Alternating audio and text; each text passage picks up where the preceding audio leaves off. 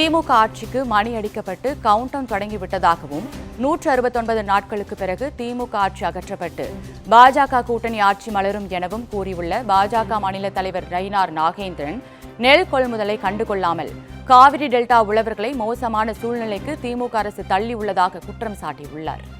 இன்னைக்கு திமுக ஆட்சிக்கு இன்னைக்கு நாட்கள் குறிக்கப்பட்டு விட்டது. கவுண்டவுன் ஸ்டார்ட் ஆயிடுச்சு. இன்னும் 169 நாள் தான் இன்னைக்கு திமுக ஆட்சிக்கு இருக்கு. இன்னையிலிருந்து நீங்க டெய்லி கேலண்டர் கிழிச்சுட்டே இருக்கலாம்.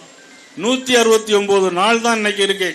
அதுக்கு பிறகு தமிழ்நாட்டில் ஆட்சி நிச்சயமாக தேசிய ஜனநாயக ஆட்சி வரும். அண்ணன் இபிஎஸ் அவர்கள் முதலமைச்சராக இருப்பார்கள்.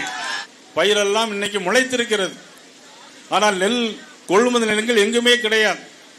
மத்திய அரசு கொடுத்த நெல் கொள்முதல் நிலையங்கள் 6 நிலையங்கள் இருக்கிறது.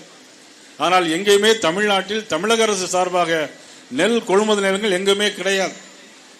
6,30,000 ஏக்கர் பயிர் உற்பத்தி பண்ணும்போது ஜூன் மாதமே முதலமைச்சருக்கு தெரியும் 6,31,000 ஏக்கர் பயிர் செய்யப்பட்டிருக்கிறது.